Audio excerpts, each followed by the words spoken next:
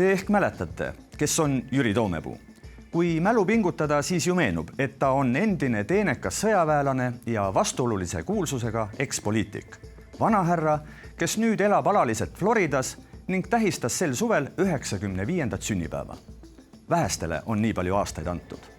Aga on tähelepanuväärne, et Toomepuu eluvaim ja lust pole kõrgest east hoolimata kuhugi kadunud.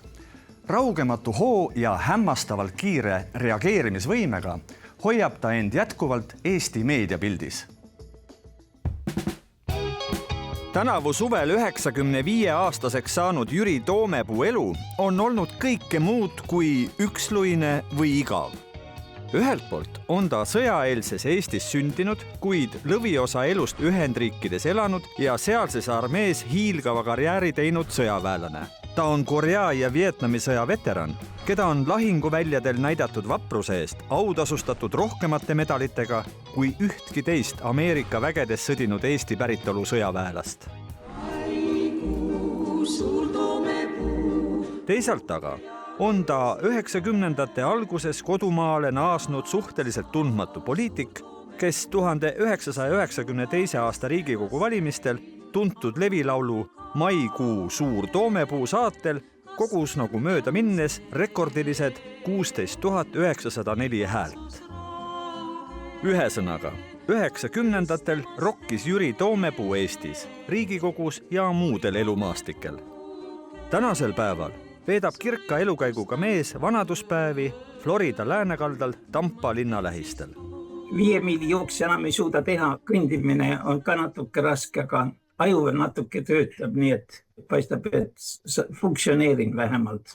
No see on nüüd küll väga tagasihoidlikult öeldud.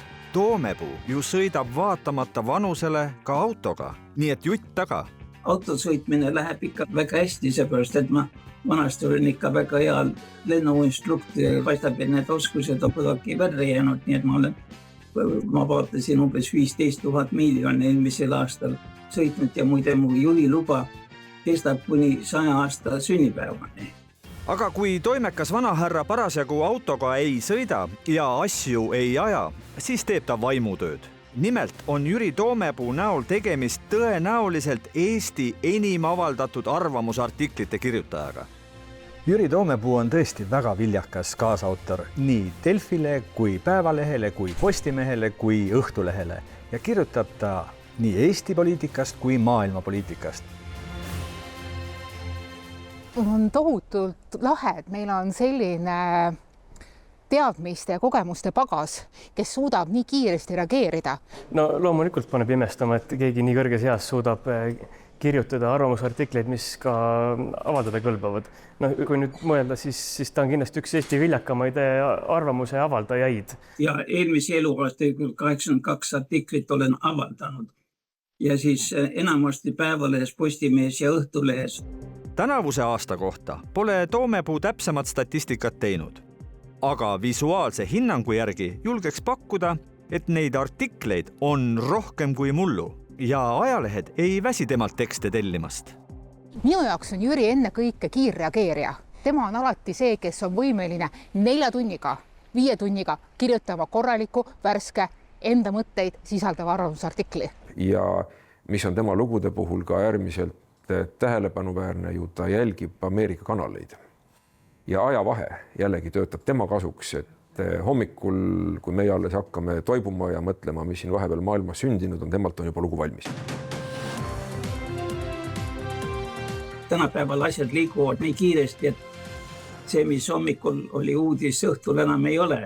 Nii et peab kogu aeg asjaga kursis olema. Ja seda interneti kaudu väga hea kõige maailmaga kursis olla, nii et kui ma midagi näen, mis mind huvitab, siis ma proovin kohe hakata kiiresti kirjutama ja saadan mõnele ajalehele. Aga pöördugem nüüd Toomepuu tekstide sisu poole.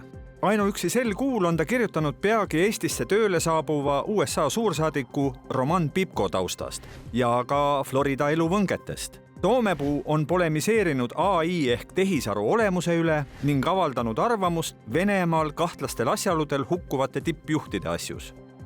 Eriti suure kirega kirjutab ta Donald Trumpist ja Vladimir Putinist ja nende omavahelistest suhetest. Toomepuu on öelnud, et väikerahvana peame iseäranis keerulistel aegadel oskama lugeda suurriikide juhtide mõtteid. Pean tunnistama, et mina ei saa ka parima tahtmise korral aru, mis toimub näiteks Ühendriikide presidendi Donald Trumpi peas.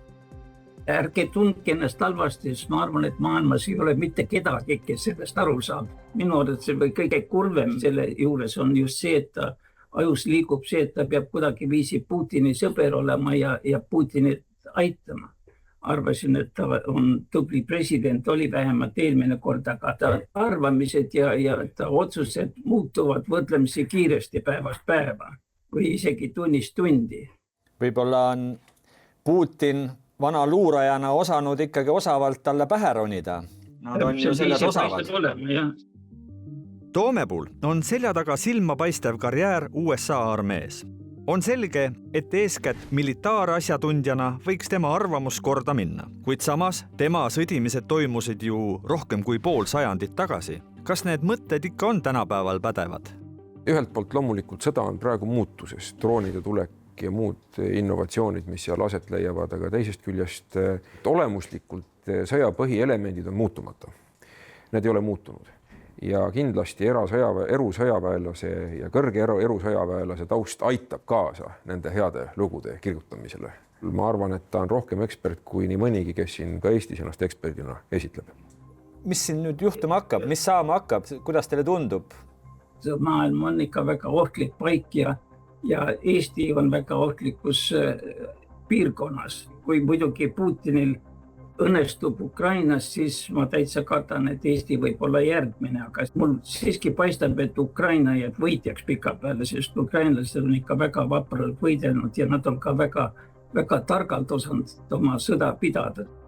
Seega loota saab siiski eeskätt sellele, et Venemaa murrab Ukrainat puredes nii hambad kui ka selgroo. Kuid Toomepuu sõnul pole Eesti suurimaks probleemiks mitte agressiivne naaber, vaid hoopis kodused asjad. Kõige tõsisem on Eesti naiste sündimuskordaja, mis on 1,4, mis on rahva väljasuremist ennustav. Meil on vähe lapsi. Et säilitada rahvaarvu selleks peab olema vähemalt 2,1, eks ole ju.